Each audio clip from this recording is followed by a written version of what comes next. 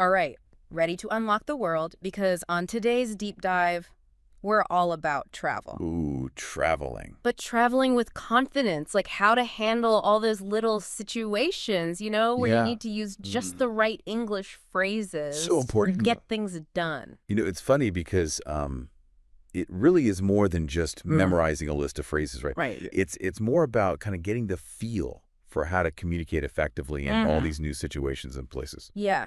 Like, picture this, okay? Guys. You've just landed. Okay. They're in this, like, crazy busy airport. They're probably a little overwhelmed. A little bit. Yeah. But, like, that first phrase you absolutely need to know.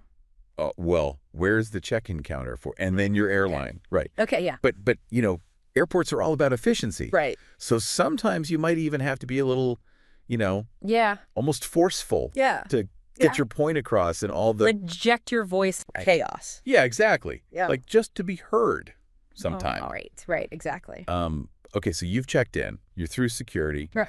Now you got to find your gate. Right. How do you ask that? Well, what gate is the flight to, and then, of course, your destination, right? Yep. But here's a little pro tip for you. Ooh, I love pro tips. Airports, they have all these visual cues and the screens, Yeah? Don't be afraid to, like, double check, like, look at the screens Great. and see if what you heard matches what you're seeing. Yeah, great tip. Okay, so Check. you made it to the gate. Yes. You're on the plane. You're settling in. You suddenly realize, like, I am so thirsty. I need water. Right. How do you ask for that? Well, the key here is politeness, right? It's especially in such a small, space. Yeah. Something like, oh, excuse me, could I have some water, please? And always, thank you. Yeah, of course.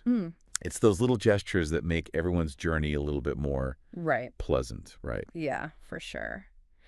Speaking of making things pleasant, I've always wondered, like, what's the best way to get a flight attendant's Oh, good question. attention if you, like, need something? Well, eye contact's really important. Okay. And if they're kind of far away, maybe a little wave or just briefly raise your hand. You want to be noticeable without being like disruptive. Right. Okay, we've done the airport. We've done the flight. Okay. We've landed. We've got our luggage. Yes. We're at the hotel. We're at the hotel. What do we say to check in? Well, obviously, hello, I have a reservation. Yeah. But I think it's helpful to be a little more specific, like I have a reservation under, your name. Right. Just to avoid any confusion. And one thing I always do is ask, is breakfast included in the room rate? Oh, that is a good question. You don't want any surprises later, right? Yeah, I've learned that one the hard way. Exactly. But is there anything else you should ask about the breakfast? Oh, absolutely. What time is it served? Yeah. Where is it served? These things will help you plan your mornings. Okay. All right.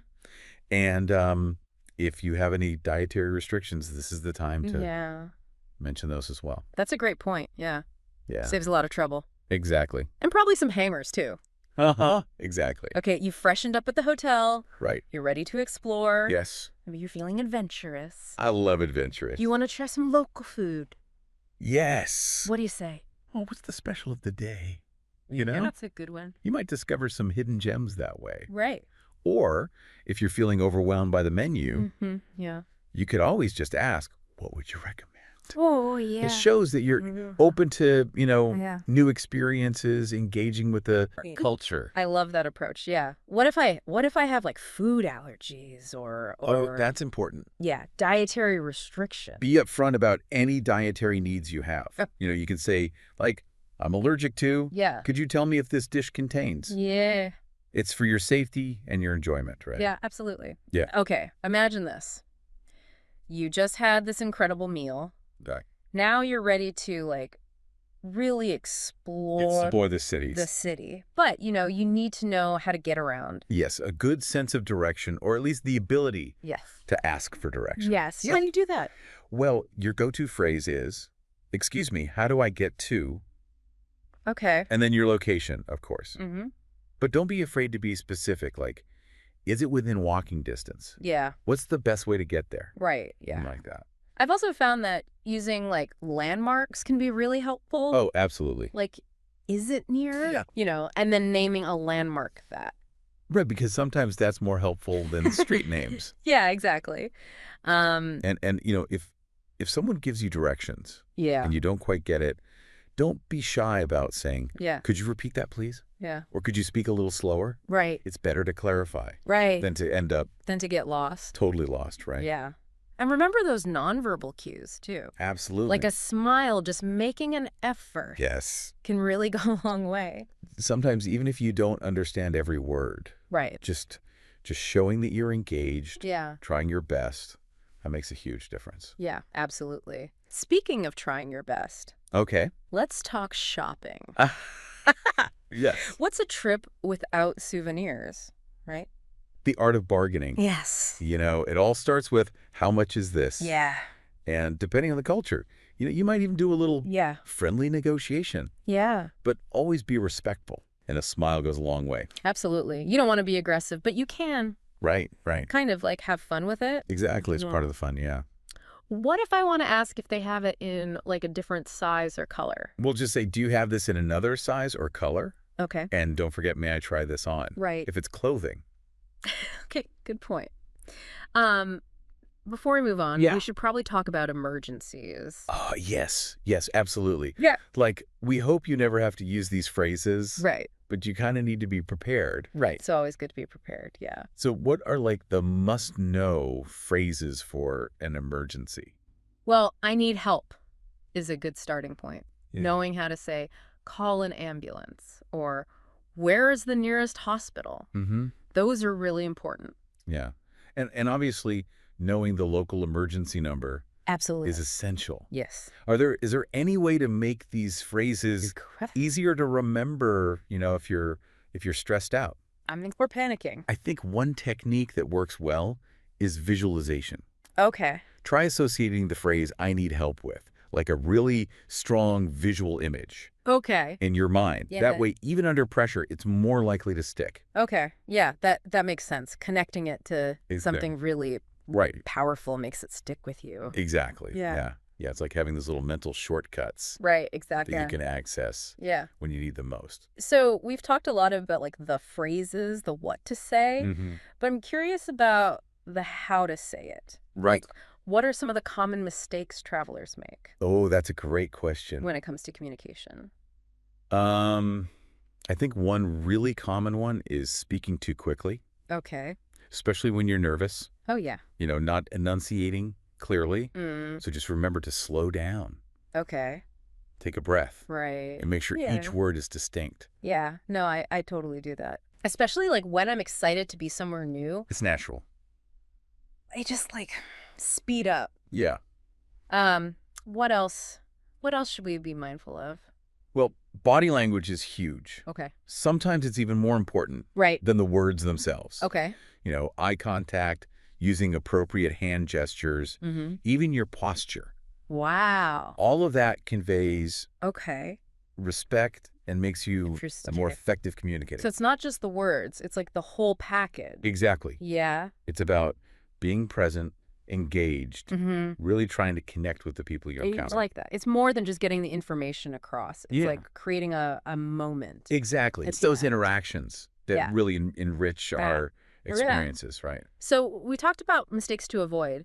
Are there things travelers can do to like really boost their communication skills? I think one simple but really powerful technique is active listening. Active listening. Okay. It's really focusing on what the other person is saying. Yeah. Asking clarifying questions. Right. Showing that you're genuinely interested. I've never thought about it quite like that, but it makes sense. You're not just like waiting for your turn to speak. You're really like in the conversation. Yeah, you're present. Yeah. And that can lead to some really unexpected insights, new friendships, even. So it's almost like you're listening to understand the person. Yes. Not just the words. Exactly. Yeah. It's really interesting. Now, I want to go back to something you mentioned earlier, the cultural nuances. Right. Like, can you give some examples absolutely. of how things might be different in different cultures? Well, for example, eye contact. Yeah.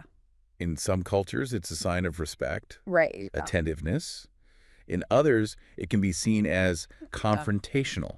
So for example, in many Asian cultures, it's actually considered polite to lower your gaze slightly as a sign of deference. See, I wouldn't have known that. Yeah, it's fascinating how... It's so interesting how these things can be so different. Absolutely. What else? Well, another example is personal space. Okay. In some cultures, standing close together is seen as friendly and engaging. Right. While in others, it can feel intrusive. Right. So, being mindful Yeah. of those unspoken rules can really help you. Avoid an awkward moment. Exactly. So it's about being, like, observant, adaptable, respectful. Exactly. It's about embracing the beauty of diversity, understanding that communication is a two-way street. I feel like I'm already getting more confident just thinking about all of this. That's great. But, sometimes things just get lost in translation. It happens. Yeah. It happens. Probably do. Don't panic. Correct. First, try rephrasing.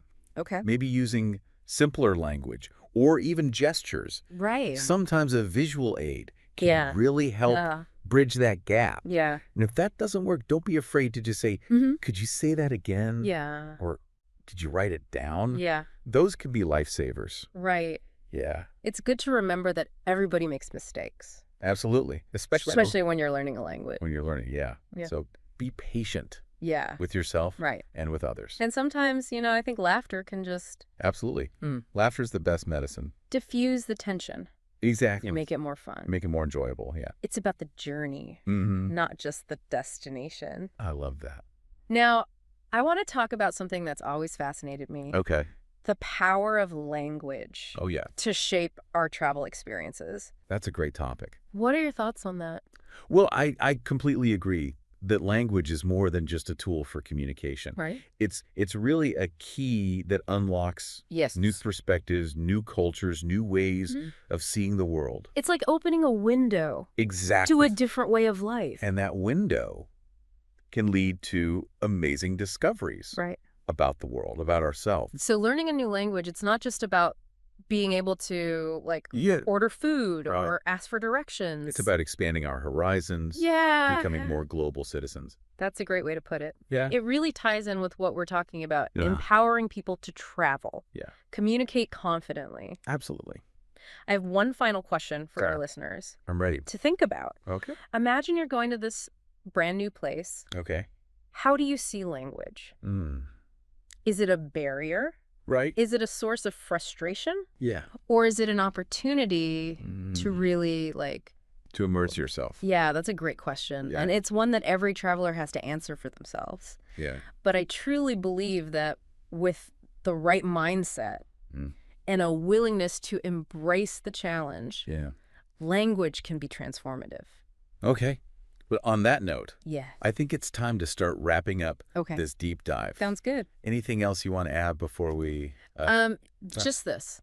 Remember that learning a language is a journey, not a destination. Yes. There will be bumps. There will be moments of frustration, times when you want to give up. Right. But the rewards are immeasurable. Yeah. So embrace the challenge.